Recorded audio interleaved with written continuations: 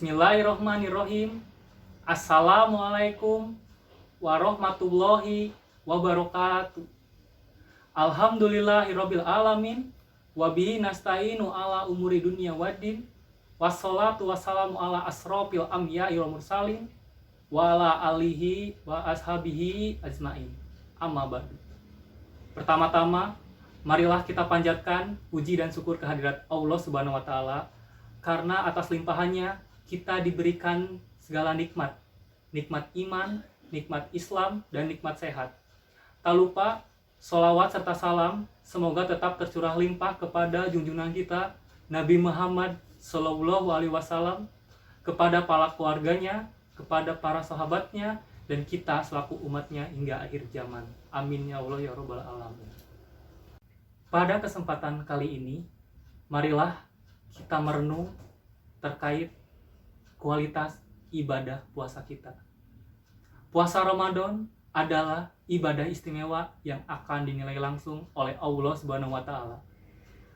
Puasa tidak dibatasi oleh pelipat gandaan pahala, melainkan pahalanya tidak terbatas. Dengan demikian, nilai puasa di sisi Allah sangat bergantung kepada kualitasnya. Semakin puasa kita berkualitas, maka semakin bernilai di sisi Allah. Sebaliknya, puasa yang kualitasnya hanya menahan lapar dan haus, maka ia tidak bernilai apa-apa di sisi Allah. Nabi pernah bersabda, "Rubba soimin laisa lahu siyamihi ilal ju'u," yang artinya, betapa banyak orang-orang yang berpuasa tapi tidak mendapatkan apa-apa kecuali rasa lapar.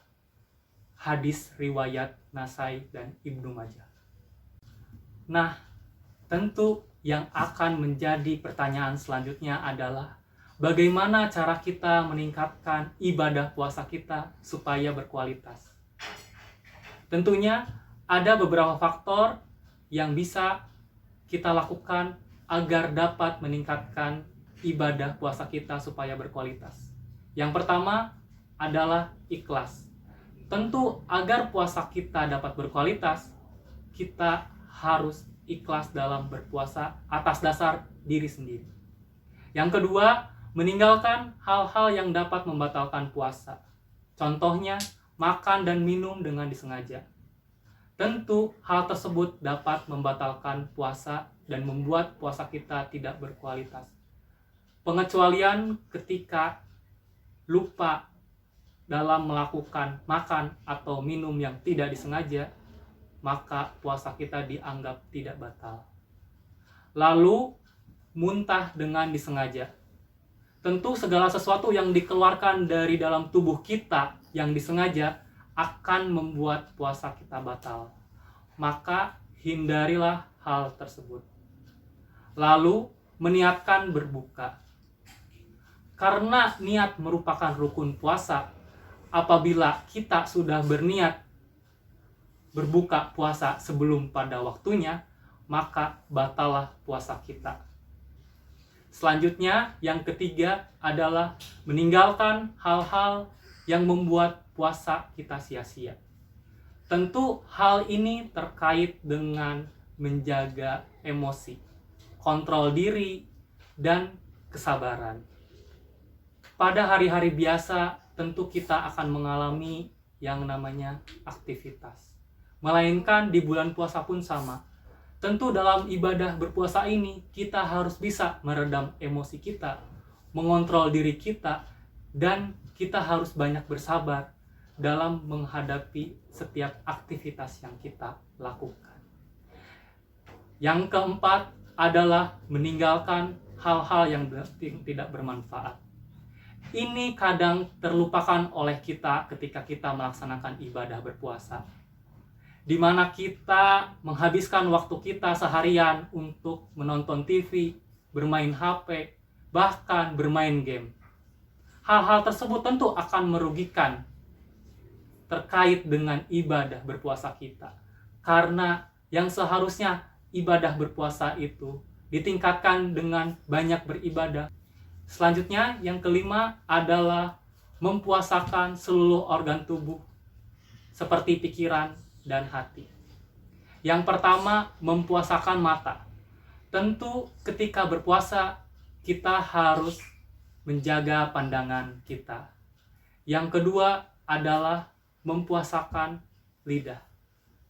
Tentu dalam berpuasa kita harus menjaga omongan kita. Kita tidak boleh berkata kasar, kita tidak boleh mengumpat, kita tidak boleh mencemooh, dan lain sebagainya. Hal-hal tersebut tentu akan membuat puasa kita tidak berkualitas, bahkan cenderung makruh. Yang ketiga adalah mempuasakan telinga. Segala sesuatu yang kita dengarkan yang berupa hukumnya haram tentu akan membuat puasa kita tidak berkualitas. Karena segala sesuatu yang haram diucapkan tentu akan haram pula untuk didengarkan. Yang keempat, mempuasakan tangan kita. Dari tangan kita ini tentu kita banyak melakukan hal dan aktivitas. Jangan sampai ketika kita sedang melakukan ibadah puasa, kita menggunakan tangan kita untuk mengambil hak yang bukan miliknya. Dan sekaligus menjolimi orang lain. Yang kelima, mempuasakan hati. Tentu hati kita memiliki sikap, termasuk ke dalamnya adalah sikap-sikap yang tidak baik, seperti iri dan dengki. Dalam bulan Ramadan ini, tentu kita banyak-banyaklah untuk hindari sifat tersebut. Perbanyaklah fokus ibadah pada diri sendiri, dan tidak memikirkan orang lain, bahkan melihat apa yang dilakukan oleh orang lain. Yang keenam, menjaga pikiran kita. Tentu ketika kita beribadah berpuasa, kita harus tetap menjaga pikiran kita. Jangan banyak membayangkan segala sesuatu yang berhubungan dengan syahwat yang akan membuat puasa kita tidak akan berkualitas. Dan yang terakhir adalah memperbanyak amal soleh di bulan Ramadan. Hal ini tentu menjadi tradisi dan kebiasaan, di mana ribuan, jutaan, bahkan seluruh umat muslim merayakan bulan Ramadan ini dengan berlomba-lomba untuk memperbanyak amal soleh. Seperti berlomba-lomba untuk tilawah Quran sampai khatam, banyak berzikir, melaksanakan sholat sunnah, infak, sodakoh, dan lain sebagainya.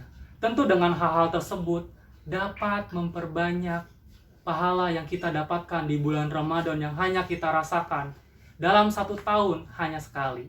Dan jangan pernah kita sia-siakan.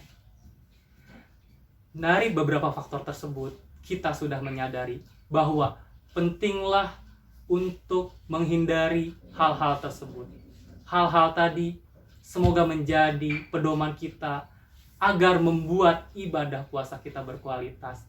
Dan tentunya kita selalu memanfaatkan waktu demi waktu untuk melaksanakan ibadah puasa ini. Rugilah kita ketika kita melaksanakan ibadah puasa namun dengan sikap-sikap yang memang sama saja dengan hari-hari biasa. Tidak mengaji, tidak bersedekah, tidak berzikir, dan lain sebagainya. Hal-hal tersebut perlu dihilangkan.